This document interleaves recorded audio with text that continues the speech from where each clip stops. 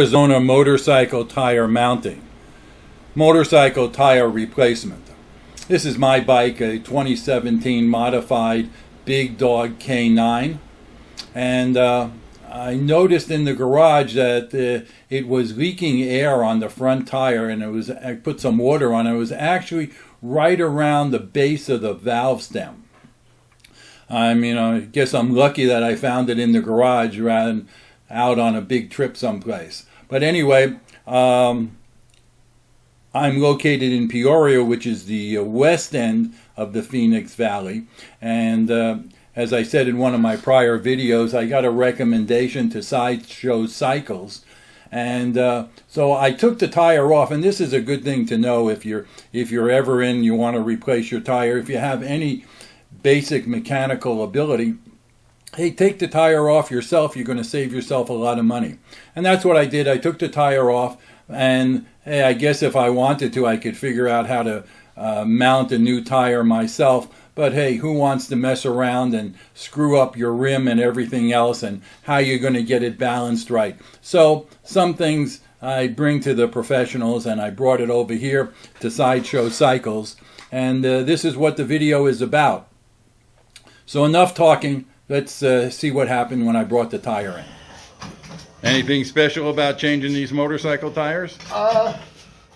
Just you gotta be a little more delicate than you do with a Peterbilt. Well, that's for sure. Yeah.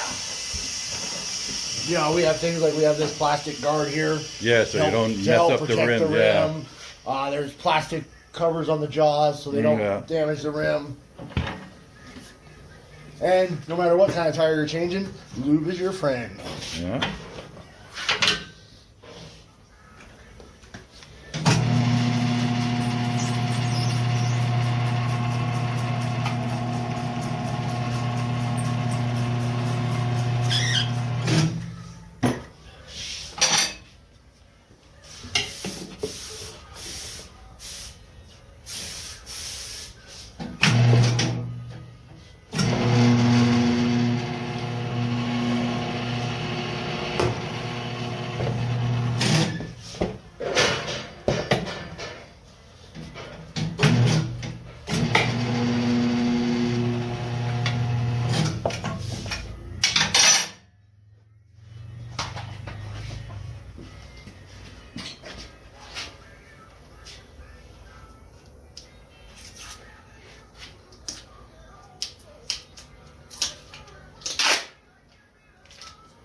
What's that stuff you're putting on? This is lube, tire soap.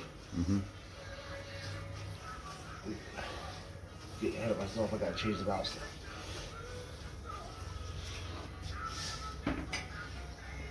So like on mine where the valve stem started leaking over there, is that something pretty common?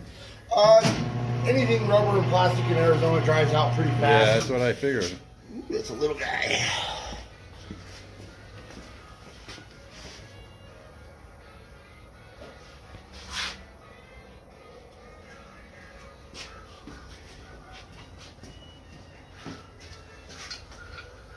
I wonder why they went metric on it.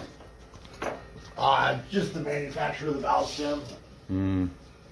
A lot of this stuff's made overseas, so as far as like the valve stems. Yeah, the valve stem was good. It was a little rubber seal around it that went out. Just glad I noticed it in the garage. Gosh, you got an English wheel here. Last time I saw one of those was on a Jesse James video. So you fabricate parts here too? We do, not as much as we used to. We've got so busy with the service work we don't have time. But like that bike on the lift there is an example of a bike we did that's really heavy in the fabrication. Oh, I didn't see this before. Is this the gas tank up here? That's an auxiliary. No, it's not cracked, just worn out. This auxiliary gas tank, this is the tank. Oh. And then when you run out, you just pull this lever while you're riding. It was an exhaust pipe. So you pull the lever, and what happens? Then you get the fuel extra. runs, It's like a reserve down thing. to the T, Oh. and then runs to the carb.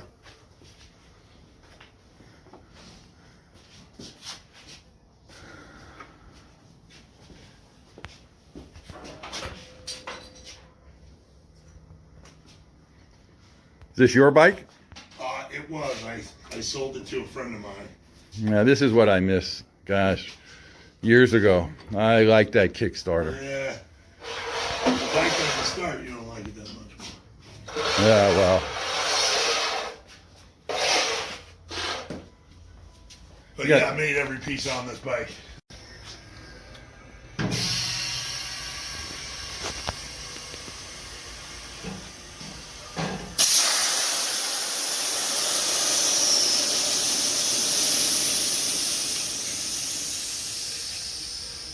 I think about 42. That's exactly what we run. Okay. That's what we found gets the most life, especially out of these Dunlop American Elites.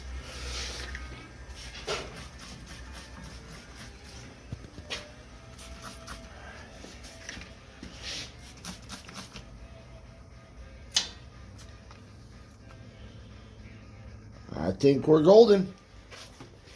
So now what? Balancing? Yep, now we're gonna balance it.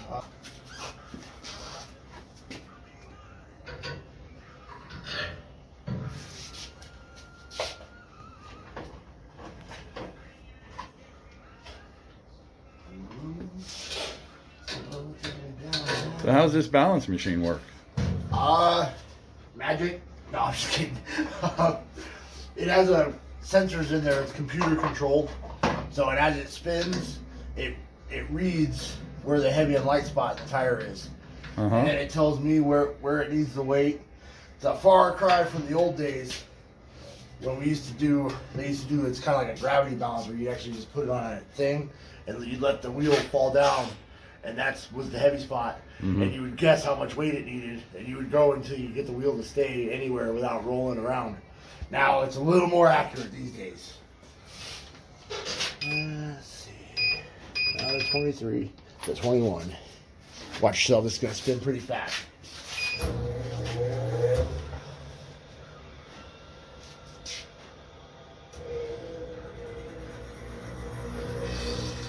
You got some nice weights when you have a chrome rim? Yeah, we're not gonna put these ugly lead ones back on there.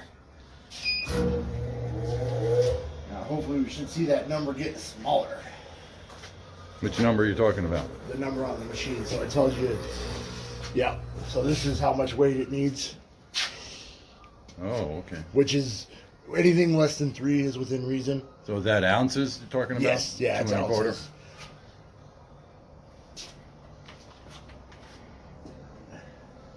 And you can also switch it to grams, so it's 60 grams.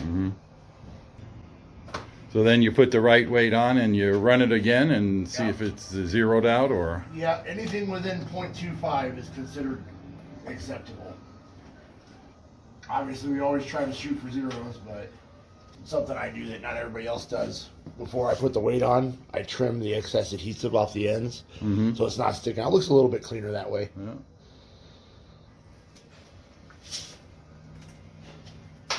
Must be some pretty good adhesive to hold on. It is, as long as it has a clean surface to mount to. It's like double-sided tape. Yeah. And then you just see how the dots change. When you get to the top, that's where the weight goes. Well, I forgot to ask, but years ago I had a tire and there was an arrow on it that said mounted this way, and they mounted it the wrong way. So the grooves in the tread are for water displacement and gravel displacement and traction. Front tires, so there's a V to most tread patterns, and most front tires run backwards to that. There's an arrow that tells you the correct way, and the arrow is the correct way. But if you're looking at this V in the tread, when it's on the bike, it's going forward. Okay. Like it's going opposite of the V. Then on the rear, it's the other way. The V is going forward. See, there's something I didn't know. And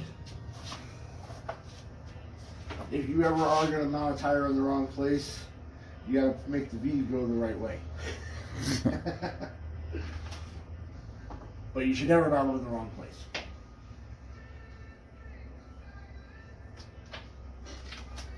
there are so many manufacturers and different sizes available. You can find the correct tire for your application.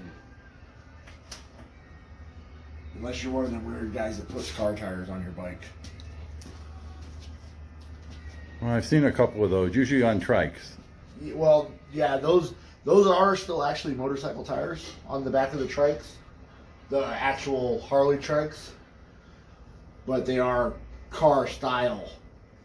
But there's a faction of guys that run car tires on the back of their bikes, especially guys that do a lot of long distance.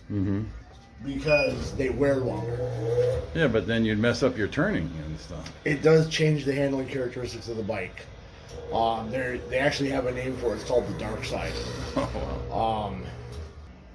So the machine's kind of sensitive.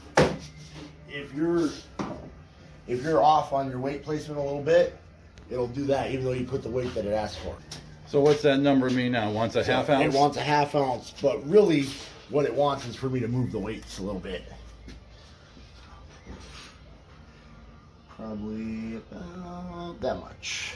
So I see it tells you how much weight and stuff. How again do you know exactly where to put the weight on? So when those lights all light up right there, yeah, that's at the very tip top of the wheel.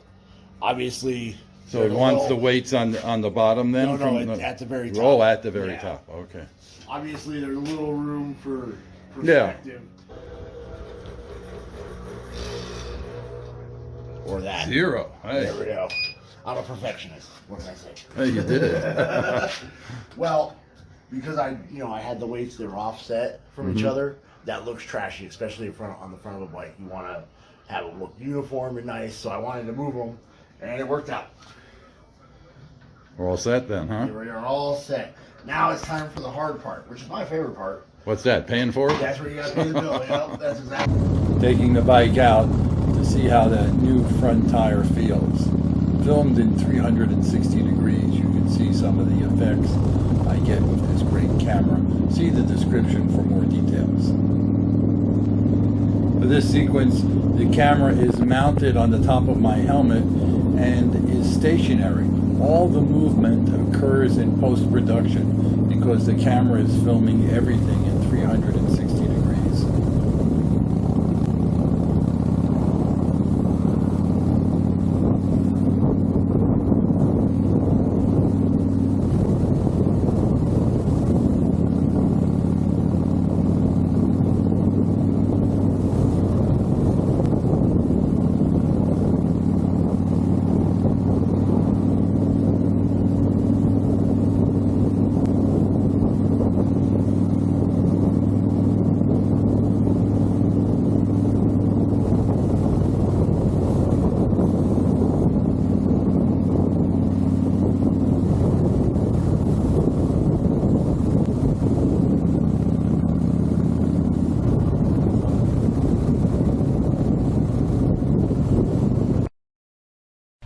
Hey guys, this is Cassie. I hope you guys enjoyed this video. Tell us in the comments below what you found to be the most interesting and why. Also, if you haven't done so yet, make sure to hit the bell notification next to the subscribe button to stay up to date with all of our latest videos. Thank you for watching. I'll see you guys next time.